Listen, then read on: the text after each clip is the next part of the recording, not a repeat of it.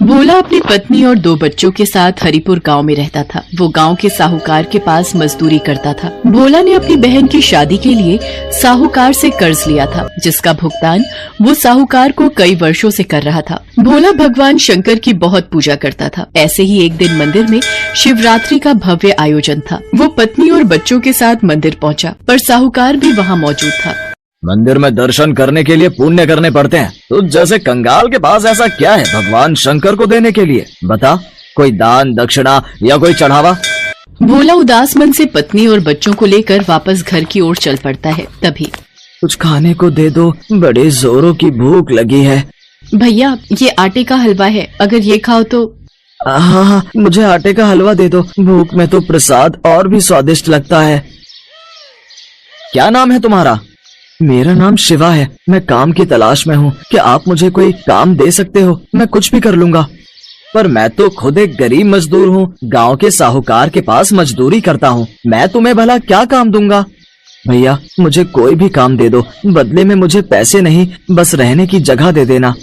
भोला शिवा की मजबूरी देख हाँ कह देता है। अगले दिन से शिवा वहीं रहने लगता है और घर के काम में मदद करता था। एक दिन भोला अपनी पत्नी माला से बोला, माला, शिवा हमारे लिए इतना सब कुछ क्यों कर रहा है? बच्चों के लिए भी ये इतना दूध, फल, सब्जी सब ले आता है, पर कब तक हम इससे बिना पैसे दिए काम करवाते रहेंगे?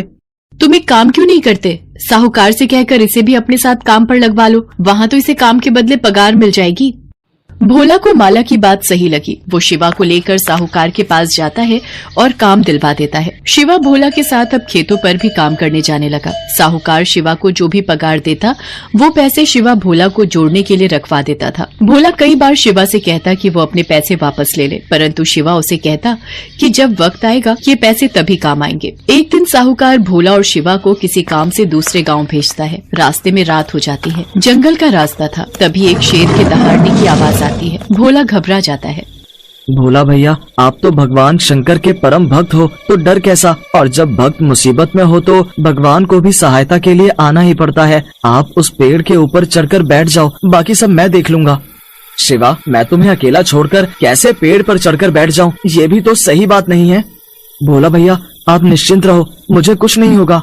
भोला जैसे ही पेड़ पर चढ़ने के लिए मुड़ता है, वो देखता है कि शेर उसके सामने खड़ा है। भोला शेर को अपने सामने देख डर जाता है और आंखें बंद करके ओम नमः शिवाय का जाप करने लगता है। शिवा भोला के आगे आ जाता है। शेर शिवा को थोड़ी देर तक देखता रहता है और बिना कुछ कहे जंगल की ओर चला जाता है। भोला और शिवा दोनों घर आ जाते हैं। भोला पूरी रात उस घटना को याद करता रहता है। अगली सुबह जब वो सोकर उठता है तो शिवा घर पर नहीं था। भोला आसपास में पूछता है, पर शिवा का कहीं भी पता नहीं था। वो साहूकार से जाकर पूछता है।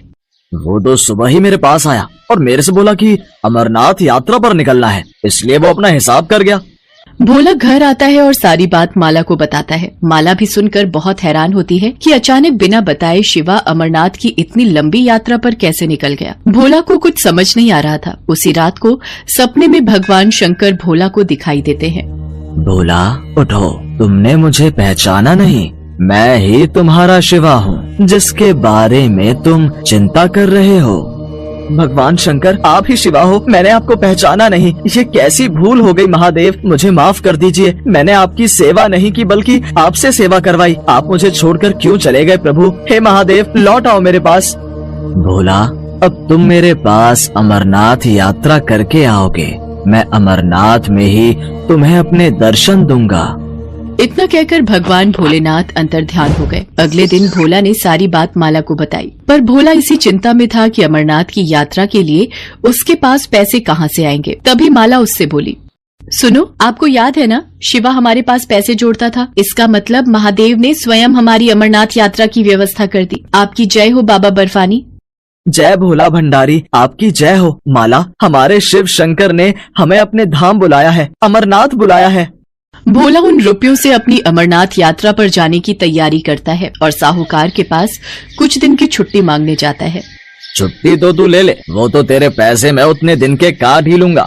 पर ये बता, तू अमरनाथ की यात्रा के बारे में जानता भी है? पता है कितनी दूर है अमरनाथ धाम? पैसा, कपड़ा, खाना पीना, पूरे परिवार के साथ तू कैसे अमरनाथ की यात्रा कर पाएगा? बहुत कुछ देखना पड़ता है। वहाँ पर पूरा पंजीकरण होता है। पूरी तरह से स्वस्थ मनुष्य ही अमरनाथ की यात्रा कर सकता है, नहीं तो रास्ते में ही रोक देते हैं। और तू ठहरा एक गरीब कमजोर, 2-2 दिन तो तू रोटी नहीं खाता, रास्ते में ही गिरकर बेहोश हो गया तो वापस भेज देंगे। देख, मैं भी अमरनाथ जा रहा हूँ अपने परिवार के साथ। देख लियो, मैं अमरनाथ की पूरी यात्रा करके ही वापस आऊंगा। भोला अपने परिवार के साथ अमरनाथ की यात्रा के लिए निकल पड़ता है। उधर साहूकार को भी अपने परिवार को लेकर अमरनाथ की यात्रा के लिए जम्मू निकलना था, पर किस्मत को शायद कुछ और ही मंजूर था। 75 वर्ष से ज्यादा उम्र होने की वजह से साहूकार के पंजीकरण को स्थगित कर दिया गया। साहूकार ने मन में सोचा, भगवान शंकर ने शायद मुझे सबक दिया है कि उनकी यात्रा के लिए कोई गरीब या अमीर नहीं होता। वो जिस पर कृपा करते हैं वही उनके दर्शन कर पाता है। शायद भोला उनका मेरे से भी ज्यादा बड़ा सेवक है, इसलिए उसे अमरनाथ यात्रा पर जाने का शुभ अवसर प्राप्त हुआ। मैं ये क्यों नहीं समझ पाया कि भगवान तो प्रेम के भूखे हैं। उन्हें धन दौलत, बड़े बड़े पकवानों से कोई मतलब नहीं। उन्हें कोई एक सूखी रोटी भी खिला दे तो उसमें भी प्रसन्न हो जाते हैं। शिव शंकर, मुझे माफ कर दो। मैंने उस गरीब मजदूर की गरीबी का हमेशा फायदा उठाया। बस एक बार भोला यात्रा से वापस आ जाए, फिर मैं खुद उससे माफी मांगूंगा। भोला माला और बच्चों के साथ पहलगाम पहुंचता है। वहां से वो पैदल ही यात्रा शुरू करता है। जय बम भोले का जाप करता हुआ वो आगे बढ़ता रहता है। चलते चलते बच्चों को भूख लगती है। रुको तुम लोग, यहाँ इस पत्थर पर बैठो, मैं किसी से पूछता हूँ। सुनिए भैया जी, यहाँ खाने के लिए कोई सुविधा मिल जाएगी? अरे भाई, ये अमरनाथ श्रद्धालुओं के लिए लंगर कमेटियाँ जी जान से पलखे बिछाकर उनका सत्कार करती हैं। खाने पीने से लेकर सोने तक की सुविधा उपलब्ध करवाई जाती है अमरनाथ यात्रा के लिए। आओ, मैं तुम्हें वहाँ का रास्ता बताता हूँ। भोला ने अपनी यात्रा को भगवान भोलेनाथ के भरोसे शुरू किया था और उसे पता था कि वही उसकी ये यात्रा पूरी करवाएंगे। व्यक्ति भोला को लेकर जब लंगर कमेटी के पास पहुंचता है, भोला ने देखा अमरनाथ यात्रा में लोग जगह जगह खाने पीने और सोने की सुख सुविधाएं दे रहे हैं। अमीर भक्त इस कार्य में दान दक्षिणा देकर अपना योगदान देते हैं। सुबह के समय लंगर कमेटियां श्रद्धालुओं की भूख और प्यास को बुझाती हैं और रात होते ही लंगर स्थल धर्मशाला में तब्दील हो जाते हैं। श्रद्धालुओं को बिस्तर और सर्दी से बचने के लिए बुखारी भी मुहैया करवाई जाती है। अमरनाथ यात्रा के लिए उन्हें 5 पड़ाव पार करने थे। पहला पड़ाव पहलगाम उन्होंने पार कर लिया था। बापू, अभी हमें कितनी और यात्रा करनी है? अभी कितनी दूर है अमरनाथ की गुफा? नमन, पहला पड़ाव पहलगाम में अभी हम हैं। अभी हमें चंदनबाड़ी, शेषनाग, पंचतरणी पार करना है। उसके बाद 5वां पड़ाव अमरनाथ की गुफा है, जहां बाबा बर्फानी भोलेनाथ के शिवलिंग के दर्शन होंगे। मतलब अमरनाथ की यात्रा के रास्ते में 5 पड़ाव आते हैं? हाँ छाया बिटिया, पर भोले बाबा का नाम लेते जाओ तो ये रास्ता आराम से कट जाता है और ये 5 पड़ाव भी पार हो जाता है। रास्ते भर अलग अलग पड़ावों पर रुकते हुए आखिर भोला और उसका परिवार अमरनाथ की गुफा पर पहुंचता है। पूरा परिवार इतने सुंदर दृश्य को देखकर खुशी से झूम उठता है। तुम्हें पता है माला, अमरनाथ को तीर्थों का तीर्थ कहा जाता है क्योंकि यहीं पर भगवान शिव ने माँ पार्वती को अमरत्व का रहस्य बताया था। बापू, वो देखो कबूतर। तुम्हें पता है छाया, ये कबूतर का जोड़ा बहुत ही किस्मत वालों को दिखाई देता है, जैसे तुमने देखा। सब मिलकर अमरनाथ बर्फानी शिवलिंग के दर्शन करते हैं। भोला हमेशा याद बनकर रहने वाली अनमोल दृश्यों वाली अमरनाथ यात्रा करके खुशी खुशी गांव वापस आ जाता है। साहूकार भोला से अपनी गलतियों के लिए माफी मांगता है और उसे अच्छी पगार देने लगता है। दिल से भगवान शंकर के आशीर्वाद से भोला की जिंदगी में खुशियां आ जाती हैं।